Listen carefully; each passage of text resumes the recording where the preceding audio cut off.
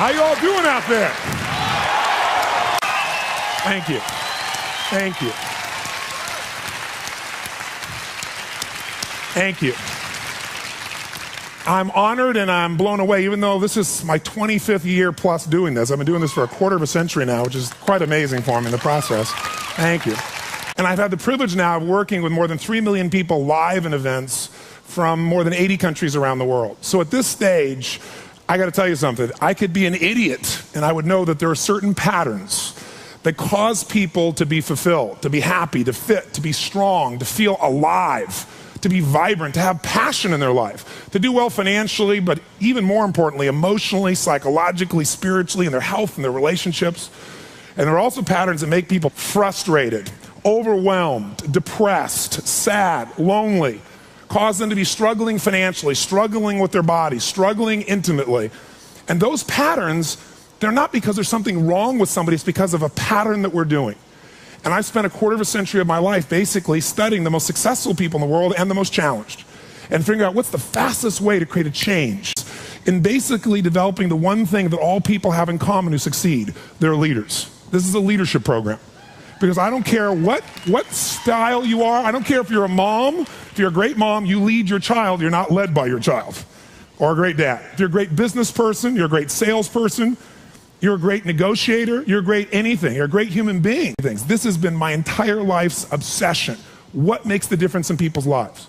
And that leadership component, as I say, doesn't always mean somebody follows you. A leader is somebody who lives life on their terms, that you will never settle for less than you can be or share or give or create. It's not what we get that makes us happy, it's who we become. How we live our life, who we are as a person. People can take away all the things, but who you become, no one can take away. And the problem is most of us are trying to be something we're not. And it isn't so much about change, about changing yourself.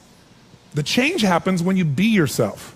Know thyself, that's the hard part for most people, and then be thyself. Because most of us in our lives, out of our desire for respect or achievement or love or connection or something, we've been trying to be the way we think we'd have to be in order to get that love, respect, appreciation, whatever it is we've been after at some unconscious level. And we've been doing it so long that we think that this is who we are. Because success without fulfillment is failure. And I can't tell you how many people I work with who are supposedly the best in the world at what they do, and they have more money than they can spend, and they have all these people that love and respect them, and yet they're unhappy inside. Because if you want to know what's really you, where you're going to be alive is when it's really you. And you may even think you know who you are because you've been living a certain way, but I'll tell you how you'll know. You'll feel euphoric, you'll feel strong, you'll feel unlimited, you'll feel free. I have seen, out of 3 million people around this earth in 80 countries, I've seen just about anything you can see, and there are only so many patterns. And what you're going to find underneath all of this behavior is we have the same needs. There are 6 human needs we're going to review tonight. When you understand what those needs are and which ones you're focusing on, you start to understand why people do the crazy things they do, including you and I. And you begin to understand, hey, there might be a better way to meet my needs, and I don't have to get caught up in this game of stress and frustration and upset, or I could really help this person I care about, because I could see what's really going on. Part of what we want to accomplish here as leaders is we want to become practical psychologists. We want to understand what's really going on so we can help, so we can make a difference, so we can transform. So yes, of course you can do better in your business, because the more you understand about what people need and want, the greater you're going to be, the better manager, better leader, the better mom or dad, the better friend. And there's a better you that's available when you understand what's driving you. But most of us are running patterns over and over again, and we want to free that up. To free it up, we got to break the pattern. We got to do things that are different. So we're going to do something different.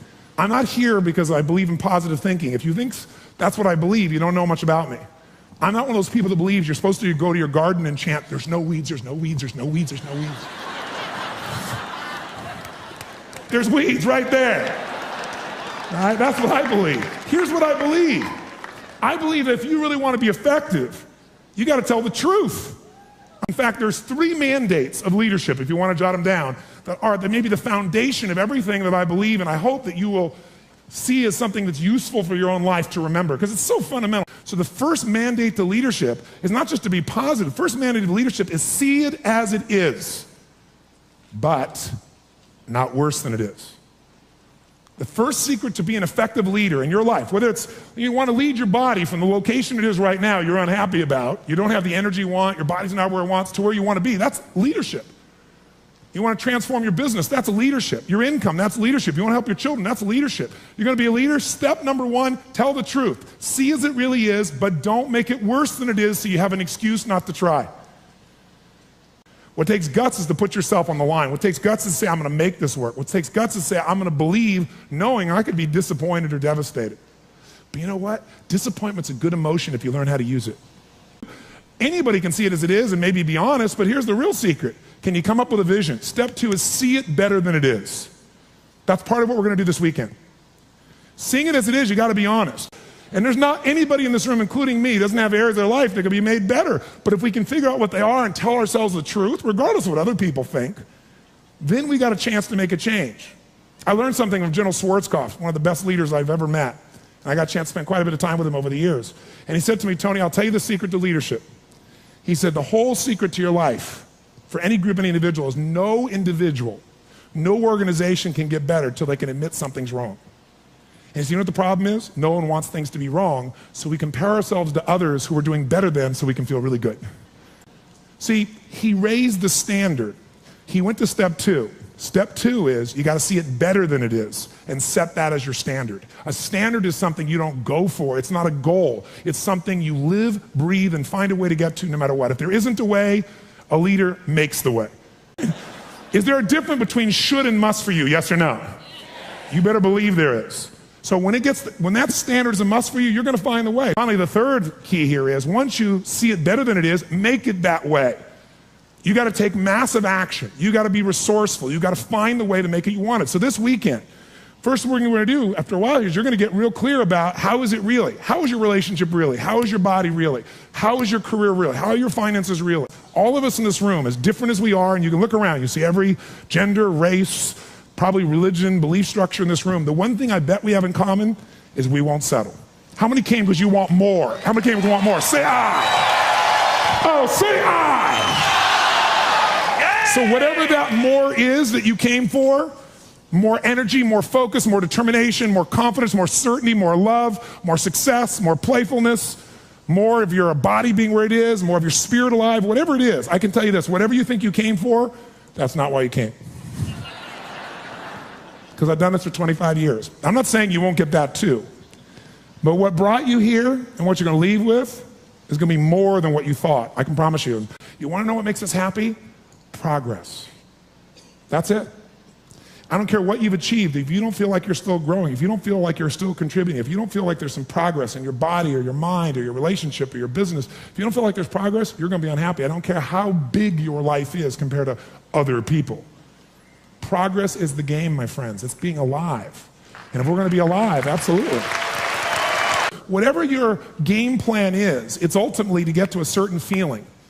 And the truth is you can have it right now.